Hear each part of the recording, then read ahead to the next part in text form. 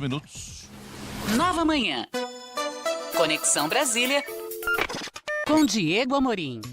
Diego Amorim segue aqui com a gente, né? E a Vanessa Pedrosa também, porque nós vamos falar de comunicação, né? O Diego vai falar de comunicação agora. Olá, o nosso governo Diego do presidente Pedrosa. Lula. Diego Pedrosa é bom. Diego Pedrosa Tebas Bittencourt.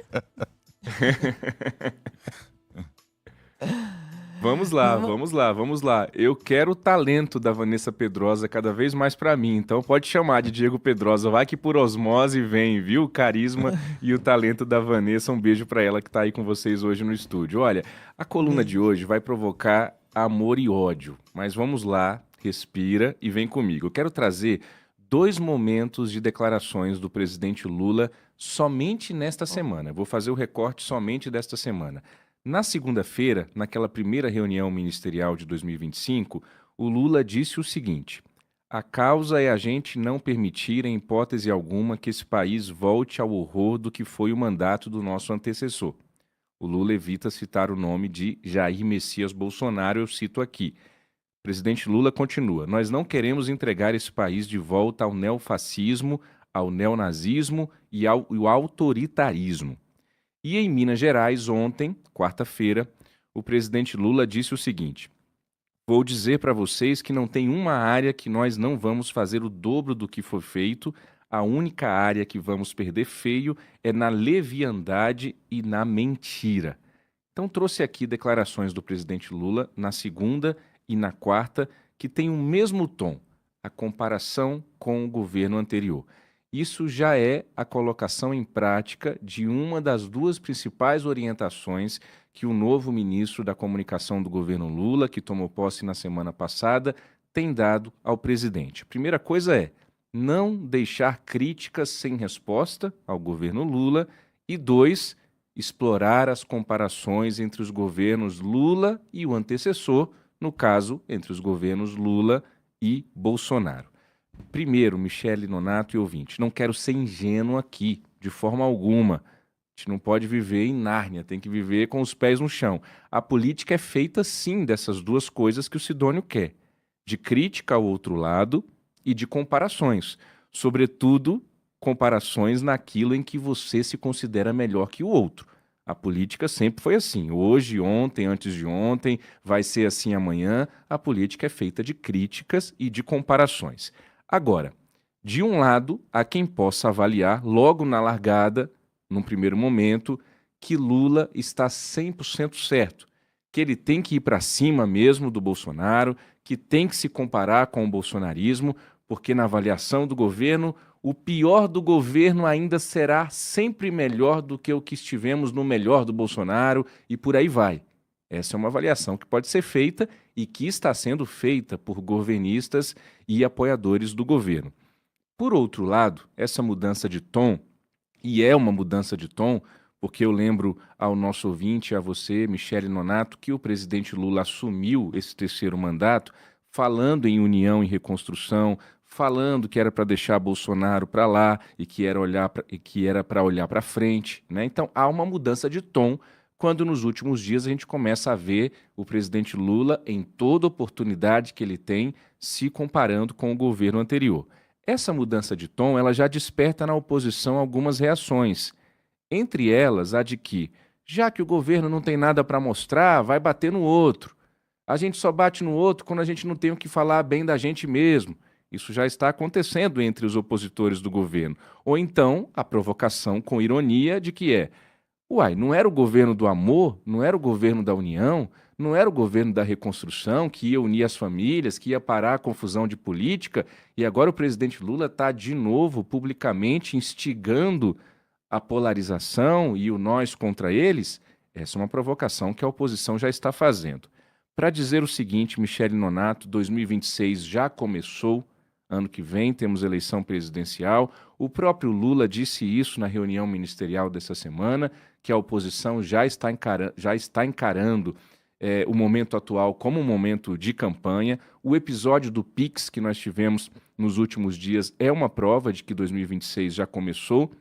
Nós não temos os nomes ainda, Surge a dúvida se o Lula vai se candidatar mesmo à reeleição, se o Bolsonaro vai continuar inelegível, mas a disputa está posta, de um lado versus o outro lado. A consequência disso, para finalizar, Michele Nonato, é que depois de falar em arrefecer a polarização tóxica no Brasil, lá vamos nós de novo para o nós contra eles.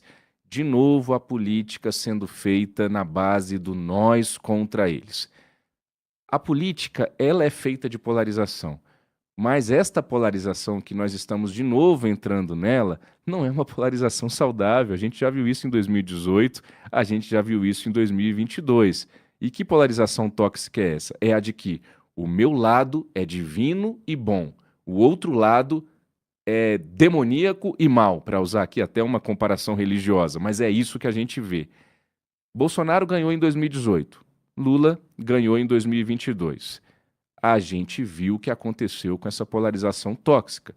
O país rachou ao meio, as famílias racharam ao meio, as amizades racharam ao meio, os ambientes de trabalho racharam ao meio, e a sensação que me dá é de que realmente, passados já alguns anos, desde 2018 para cá, tanto Bolsonaro quanto Lula não conseguem viver ainda um sem o outro. Bolsonaro também não tirava o Lula da boca nesses 4 anos em que ficou no Planalto. Em toda oportunidade que tinha de discursar, falava naquela época, ex-presidente Lula, hoje atual presidente Lula mais uma vez. Os eleitores de um e de outro, a mesma coisa. Ninguém consegue falar só do seu governo sem citar o outro governo. Eu torço, Michele Nonato, devolvendo para vocês, aqui no meu mundo ideal, que a gente tenha uma política que olhe para frente ao invés de olhar para o lado ou para trás. Porque quando isso ocorre, quando você olha para o lado ou para trás, você tende a terceirizar a culpa e não admitir responsabilidades e erros. Eu sei que na nossa cultura, na nossa política, é muito difícil um político admitir erros e responsabilidades, porque ainda é visto uma admissão de erros como uma coisa que transparece fragilidade, fraqueza. Essa é a nossa cultura. Então, se o governo está ruim, a culpa é da comunicação e da extrema-direita. Também é, mas não só. A inflação está assustando, a culpa é do clima, a culpa é da seca, a culpa é da chuva. Também é, mas não só.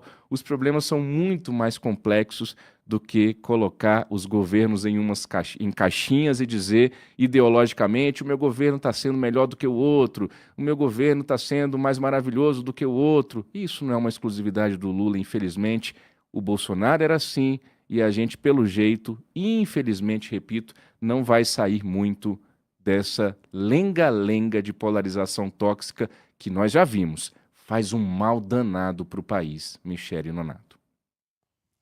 Tá certo, Diego Amorim, trazendo de volta aí esse assunto. E é claro que a gente não ia deixar a Vanessa embora, né? Exato, e a partir do momento que a gente tem uma troca também na comunicação do governo, né? Talvez para chegar mais perto da rede social, de quem está numa conexão mais digitalizada, vamos dizer assim, né, Vanessa? Essa última semana a gente presenciou uma série de trapalhadas, né? Eu não estou aqui para avaliar o trabalho, mas a gente vê que não adianta você fazer um bom trabalho ou não. Um bom trabalho. Se você não souber comunicá-lo, ele não vai chegar. Então, assim, o governo perdeu muito essa semana porque ele deixou uma série de pessoas serem porta-vozes dele e em derrapadas enormes de comunicação.